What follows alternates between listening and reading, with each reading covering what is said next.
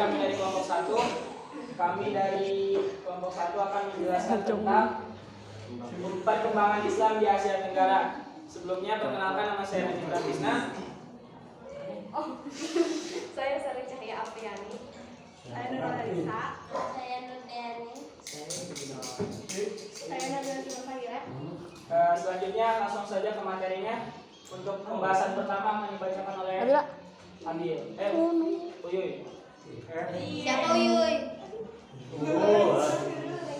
Yang pertama, ini akan membahas tahap-tahap perkembangan Islam di Asia Tenggara.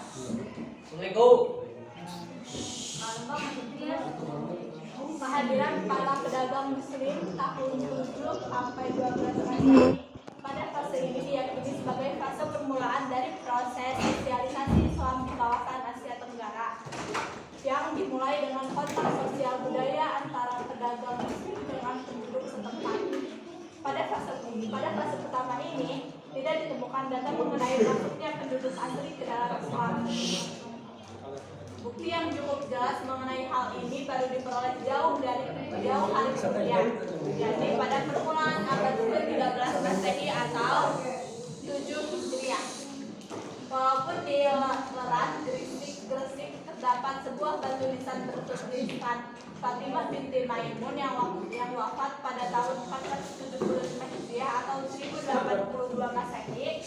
Namun dari bentuknya, tulisan ini menunjukkan pola gaya hias makam dari abad ke-16 Masehi, seperti yang ditemukan di Campa, yakni berisi tulisan berupa doa-doa kepada Allah.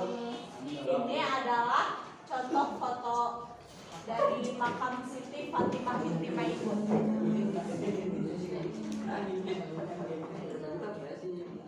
Lalu terbentuknya kerajaan Islam. Pada fase kedua ini, Islam semakin tersosialisasi dalam masyarakat Nusantara dengan mulai terbentuknya pusat kekuasaan Islam. Pada akhir abad ke-13, kerajaan Samudra Pasai sebagai kerajaan Islam. Sebagai kerajaan Islam pertama di Indonesia, merebut jalur perdagangan Islam Malaka yang sebelumnya dikuasai oleh kerajaan Sriwijaya.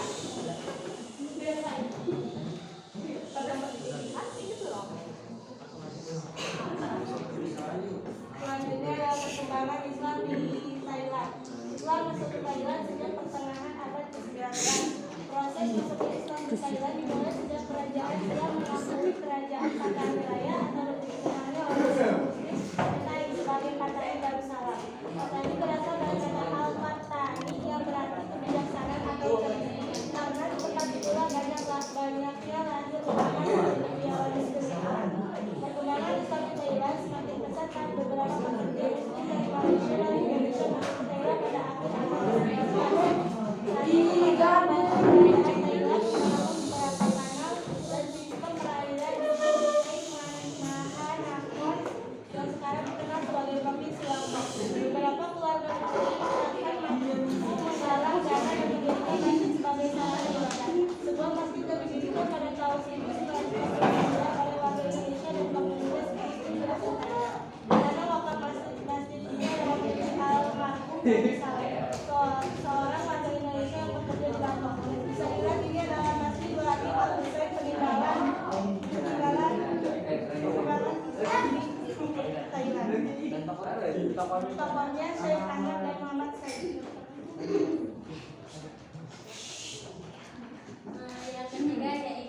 Yang kedua yaitu Malaysia. Proses agama Islam di Malaysia adalah dimulai dari para pedagang Arab, Tiongkok hingga India yang mana mengenalkan Islam.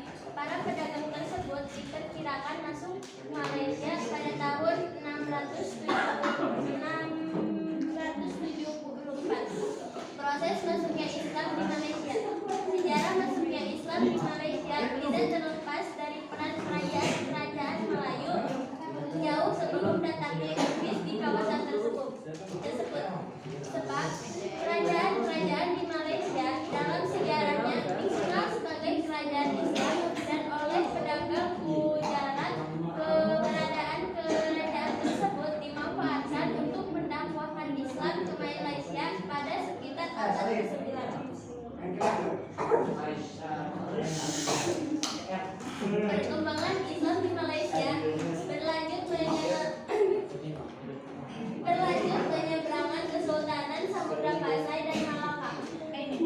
Bisa dibilang masuknya agama Islam lebih dahulu di Indonesia dan menyebar di daerah-daerah Maluku seperti Kalimantan, Malaysia.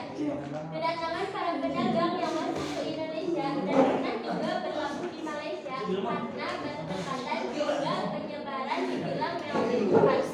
Malaysia memiliki persentase pemeluk Islam sebesar 61% dan lainnya non-muslim. Secara umum, Islam pertama kali diterima pada lapisan masyarakat bawah dan lanjut berkembang sampai ke atas.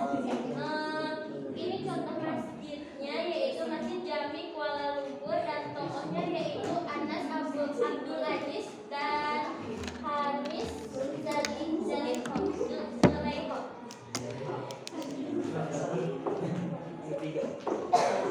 Brunei Darussalam. Islam mulai berkembang dengan pesat di Kesultanan Brunei sejak Syarif Ali diangkat menjadi Sultan ketiga Brunei pada tahun 1425. Sultan Syarif Ali adalah seorang ahlul bait dari keturunan cucu Rasulullah Shallallahu Alaihi Wasallam.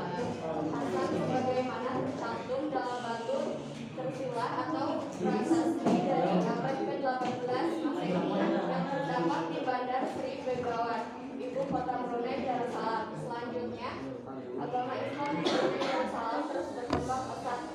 Sejak Malaka yang dikenal sebagai pusat penyebaran kebudayaan Islam jatuh ke tangan Portugis tahun 1511. Banyak ahli agama Islam yang pindah ke Brunei. Masuknya para ahli agama membuat perkembangan Islam semakin cepat menyebar ke masyarakat.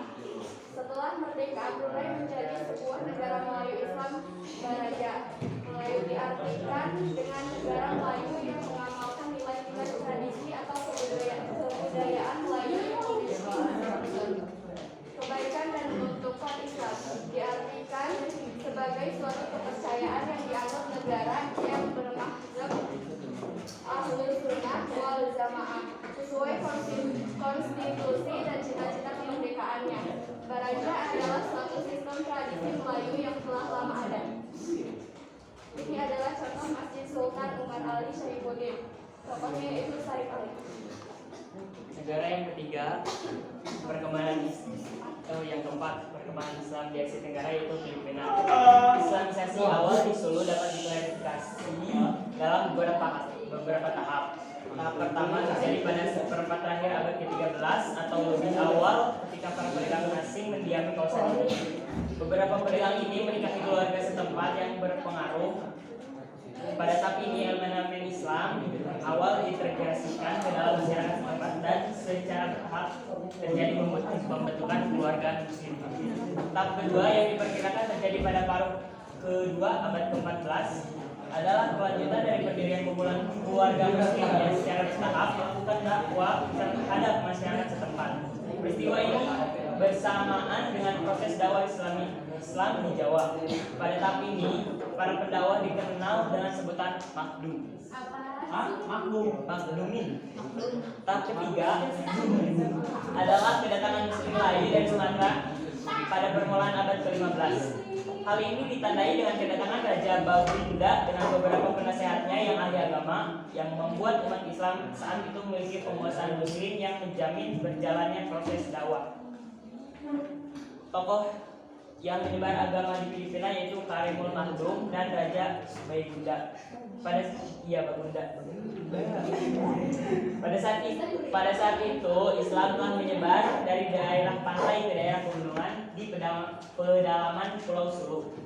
Penerimaan kepala-kepala suku setempat di daerah pantai menandakan bahwa kesadaran tentang hubungan politik dan perdagangan yang semakin dekat dengan bagian Kepulauan Nusantara yang lain yang telah berhasil diislamisasi, menjadikan Sulu sebagai bagian dari Darul Islam yang berpusat di Malaysia.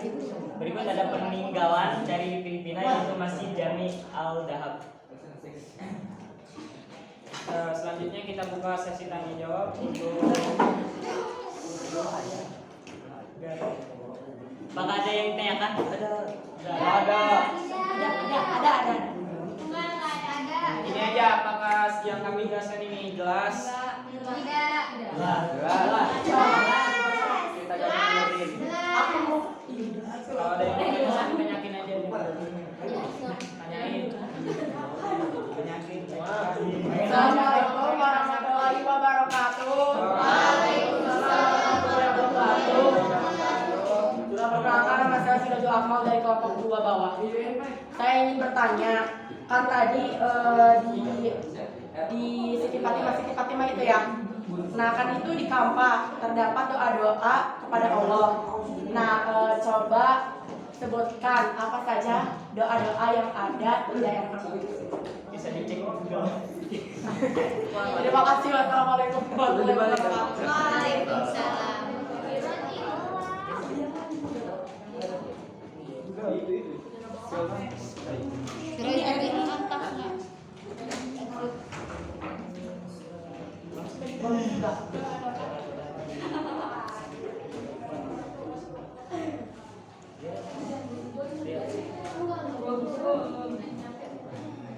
Tidak boleh, weh.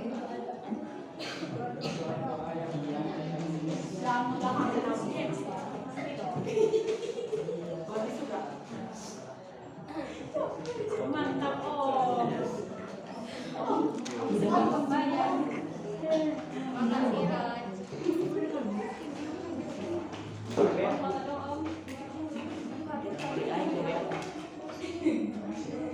Tidak dulu.